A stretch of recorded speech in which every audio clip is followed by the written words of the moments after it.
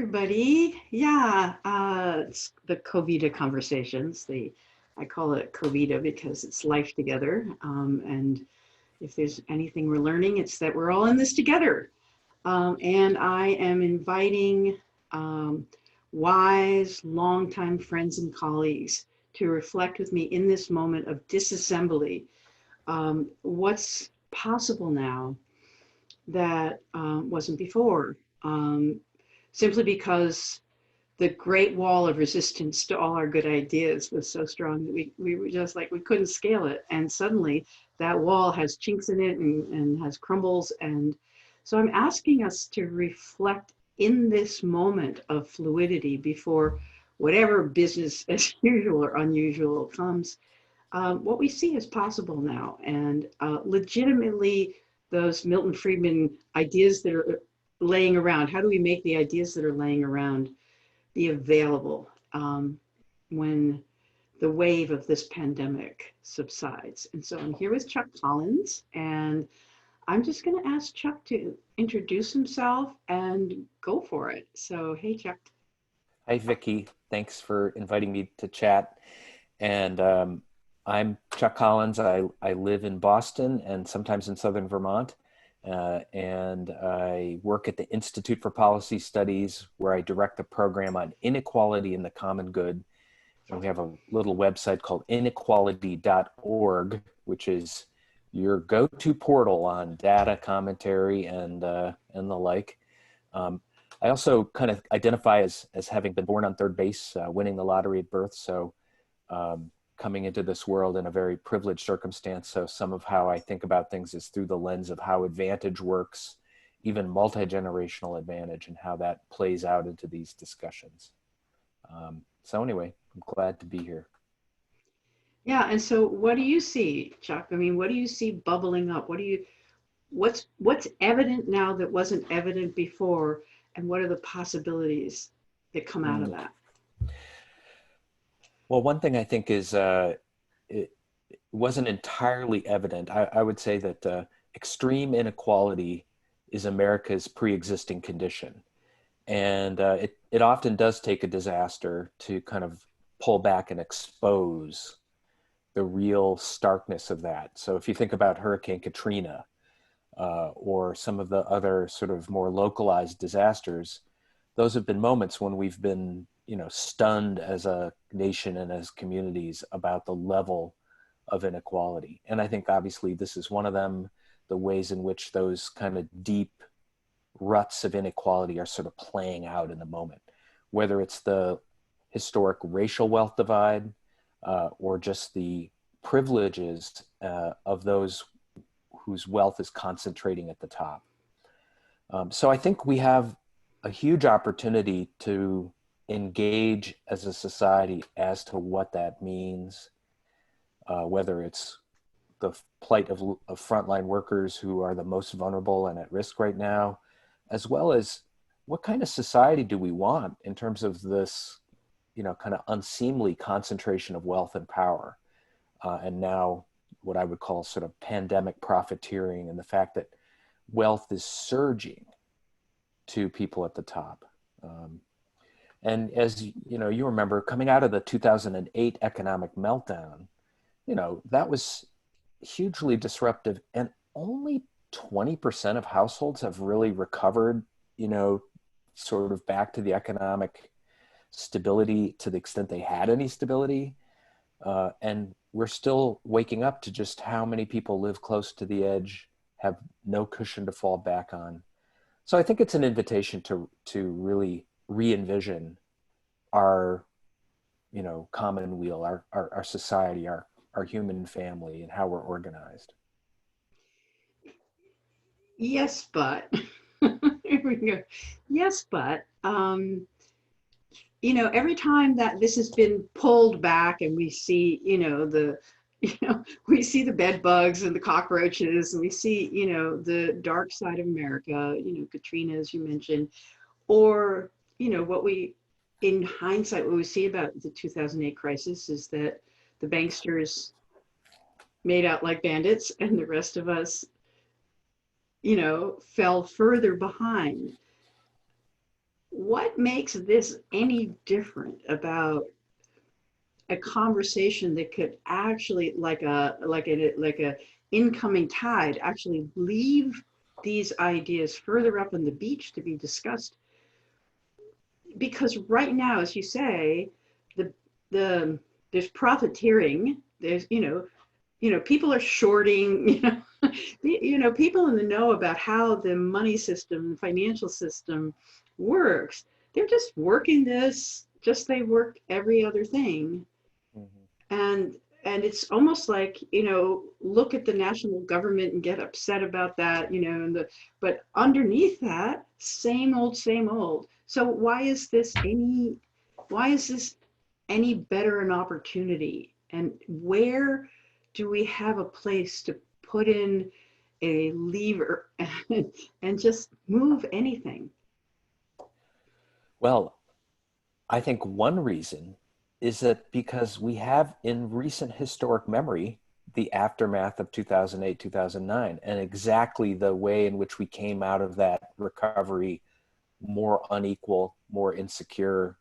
Um, and, I anticipate, similar to 2009, 2010, that as we emerge from to whatever emerge it looks like, that there will be a, another populist moment.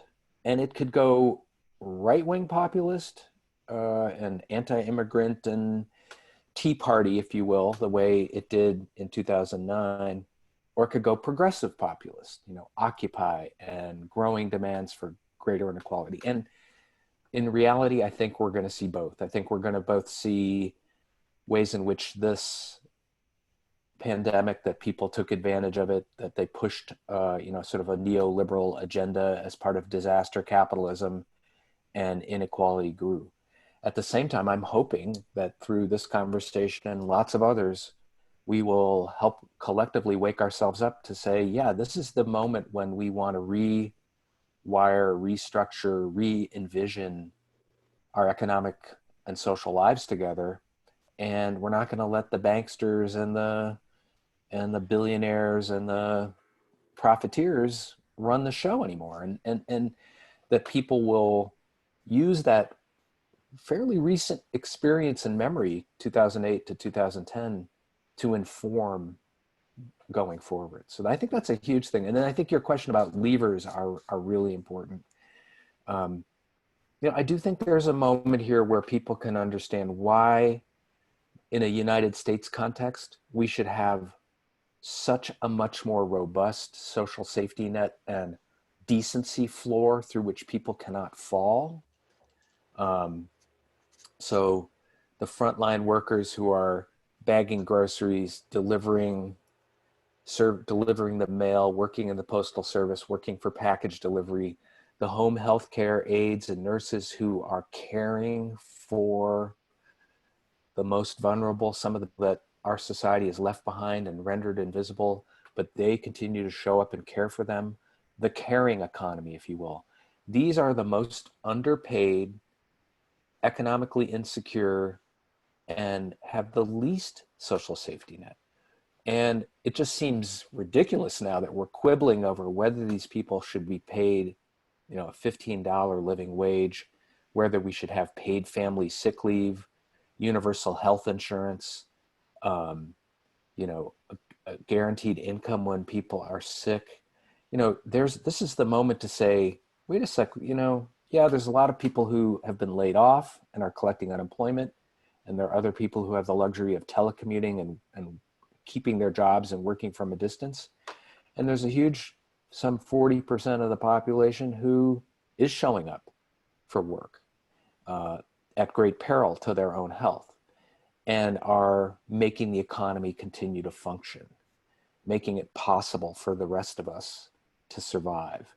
And we should be celebrating them and lifting them up and reweaving the social safety net and creating a decency floor so that their lives are considerably less stressful and so much better. Um, and I mentioned I have a pandemic movie flick recommendation.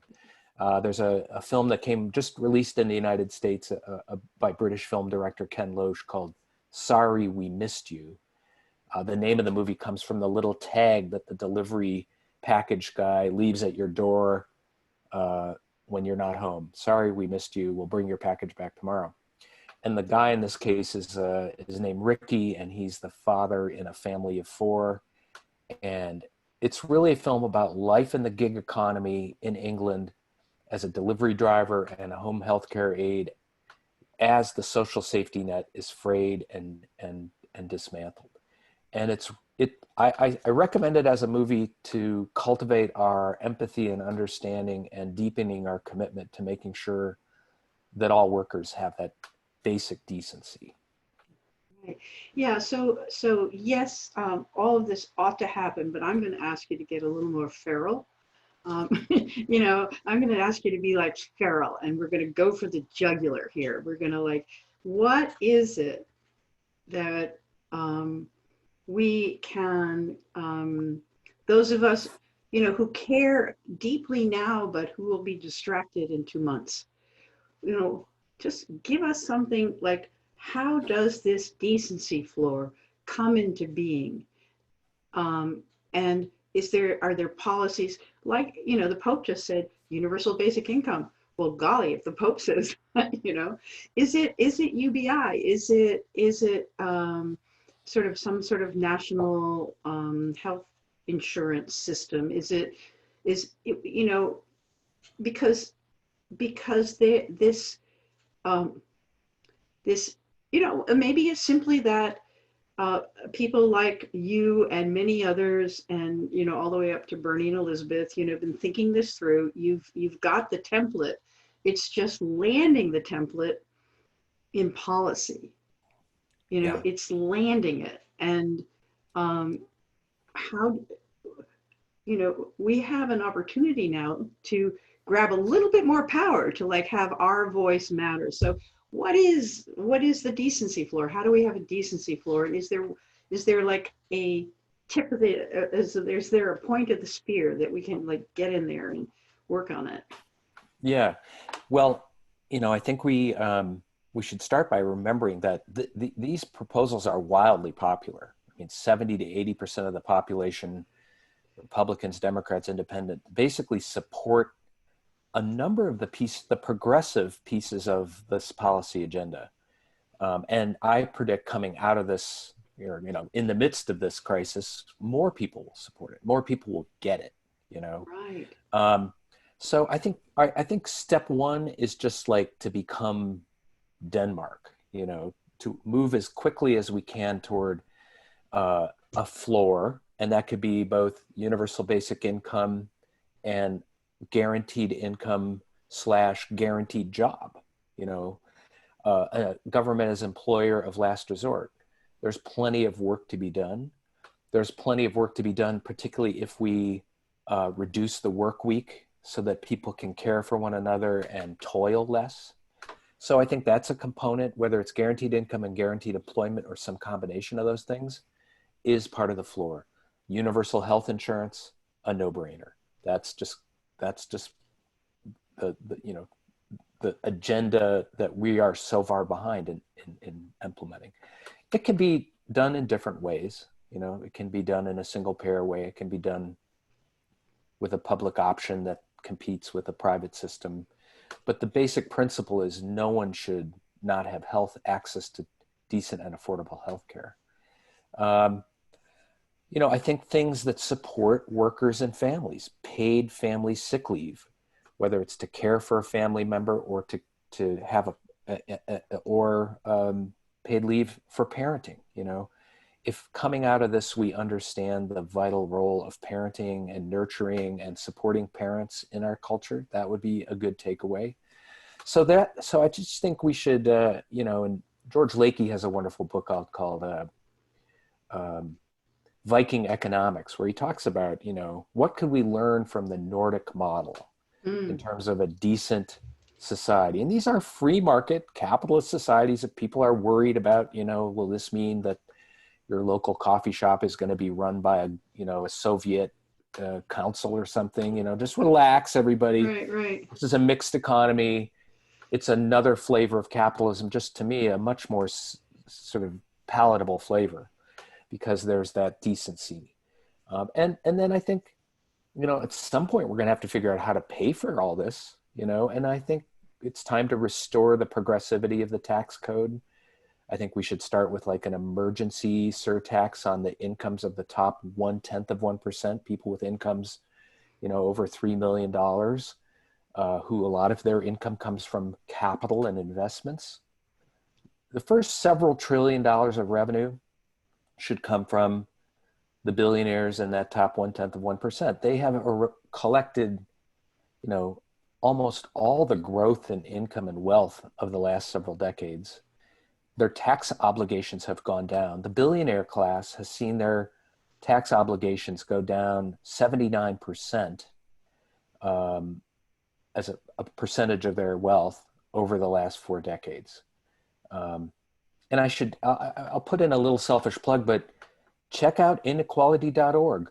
Subscribe to our weekly newsletter that comes from me, Chuck Collins. You'll get it Monday afternoon into your inbox. And we have a list of bold solutions, inspiring stories of all the campaigns that are trying to tackle and take on these issues. The fights over this week issue going out within minutes about defending the post office and the postal service. And actually going beyond that, why wouldn't the postal service, there are millions of people who don't have bank accounts in this society. How are they they're unbanked, as they say. How are they going to get a stimulus check? Why wouldn't we have a post office in every little town and hamlet, probably one not far from you, Vicki, even out there on the island?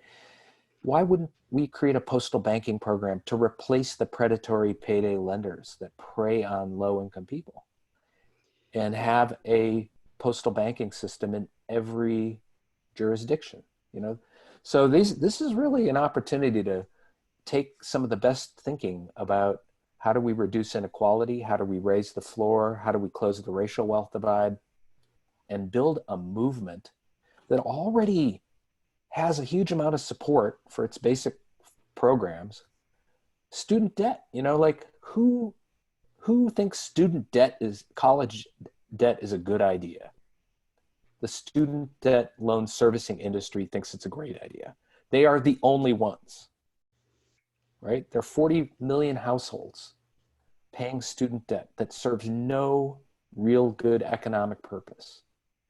Why can't we cancel, phase out, have a jubilee redistribution to take out this debt that's festering and undermining the lives of the rising generation and their parents, for that matter? Right. Yeah. So I like so totally agree with all this.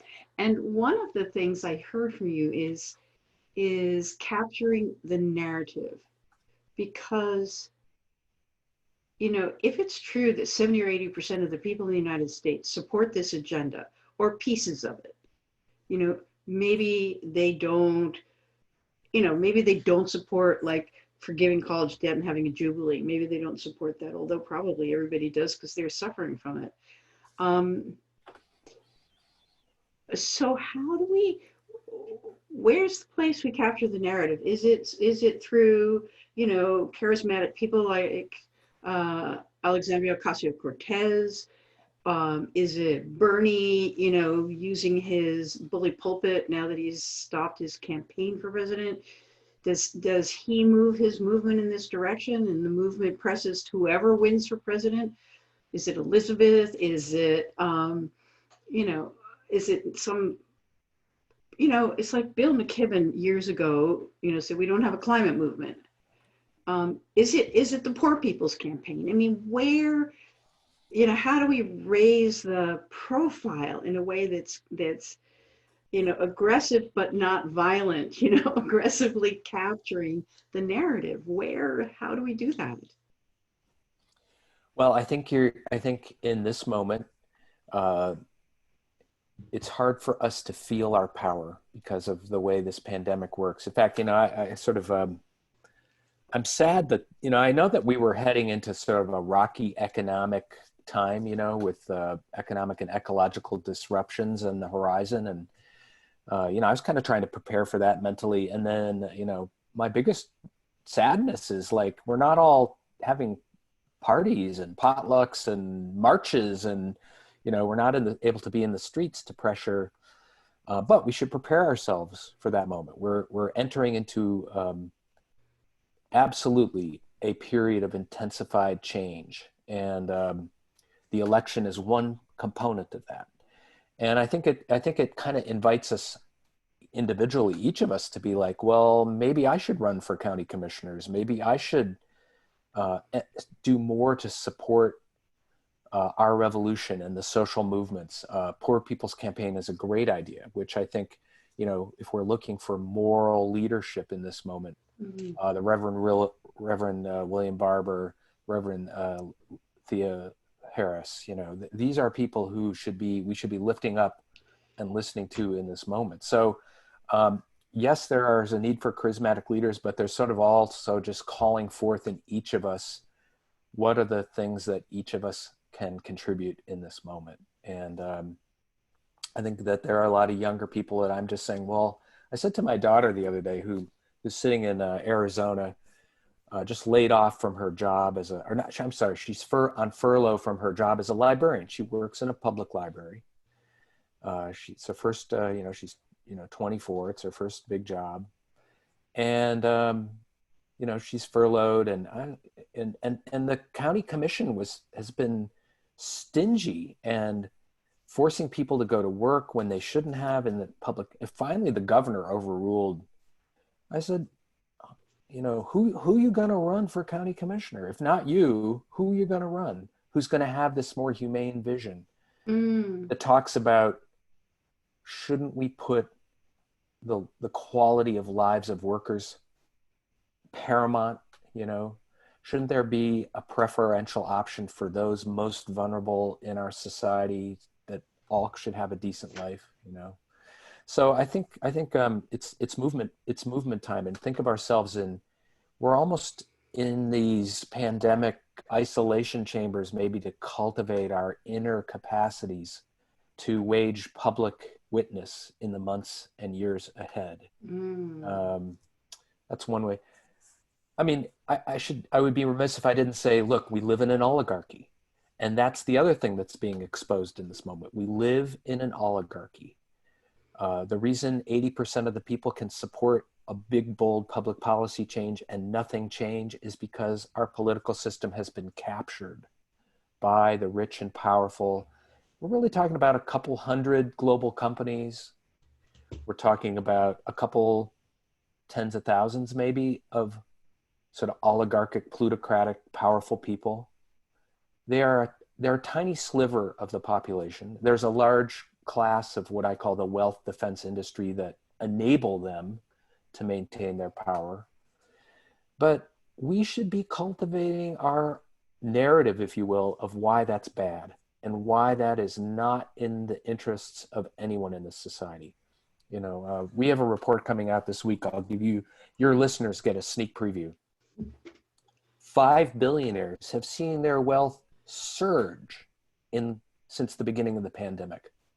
Jeff Bezos, his wealth has increased $10 billion. Eric Yuan, the owner of Zoom, $3 billion, right? Their wealth is surging in this moment. Is there something wrong with that? Well, in the past, their wealth has been surging, but in this context, it's even more unseemly and immoral that we have a society so dominated by billionaires. There's all this talk in early March about how all these billionaires' wealth was evaporating. Well, we just did the analysis. The 200, the 617 billionaires in the United States have seen their wealth increase since a year ago. Increase, not go down, increase. So what's wrong with this picture, right?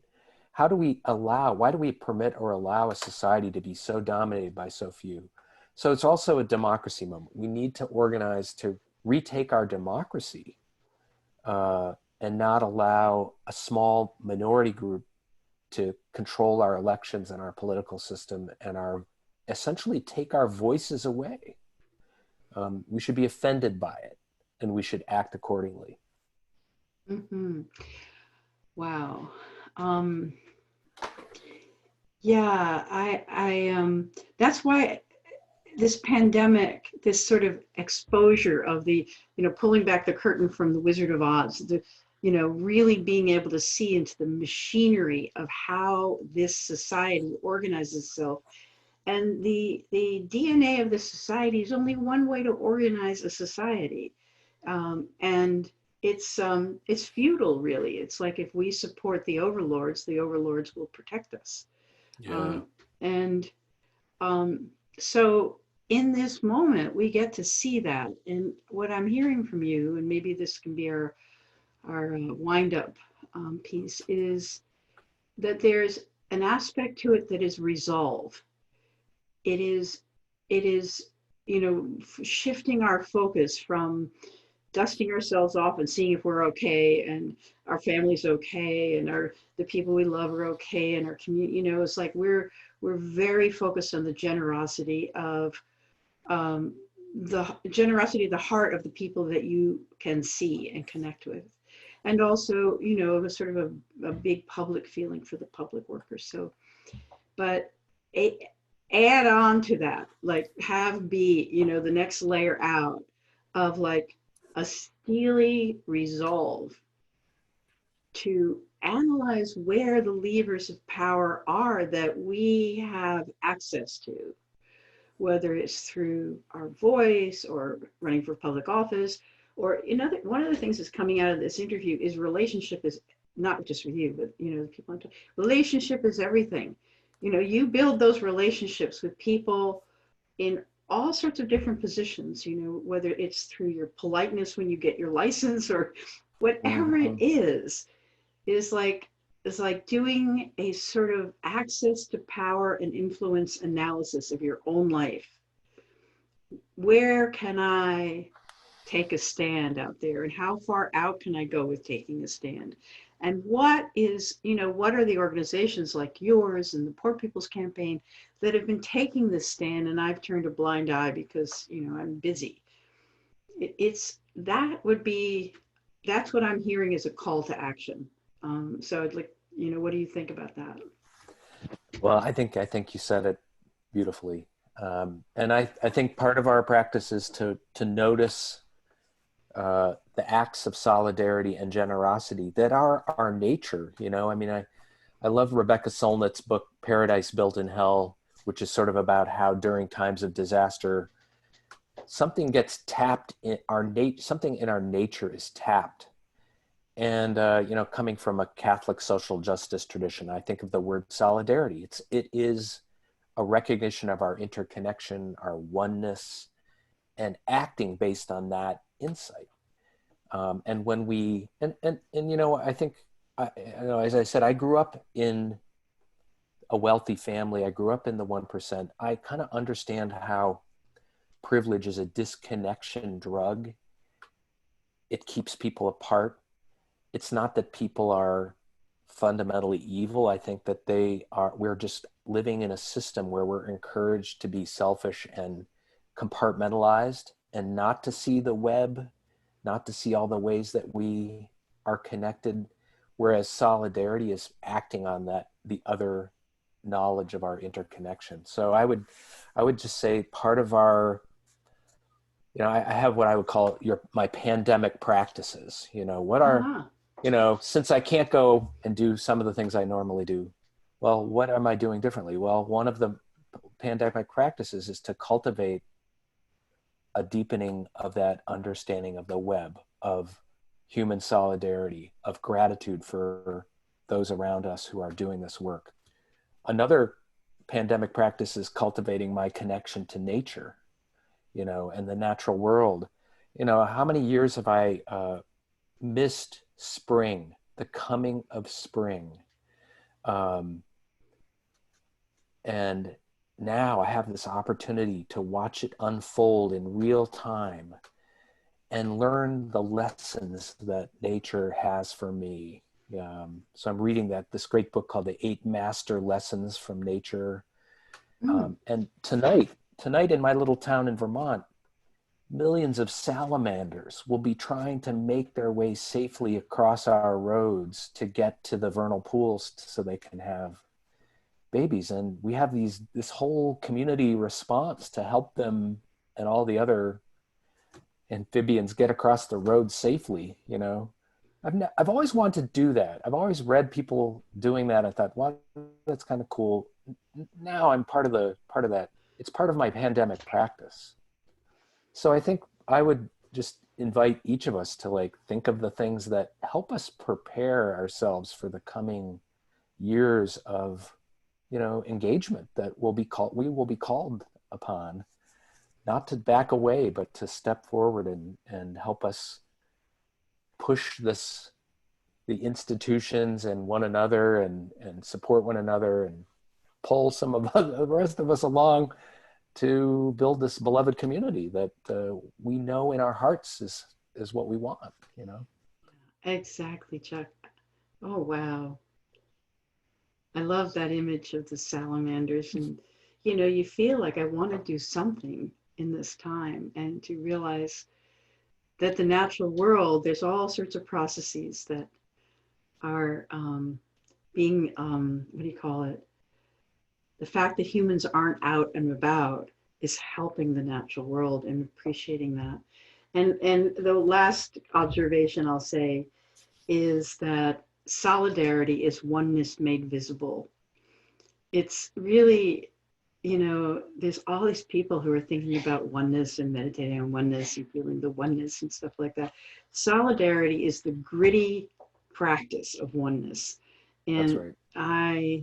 I'm gonna, of the many things you said, I'm gonna grab that one too.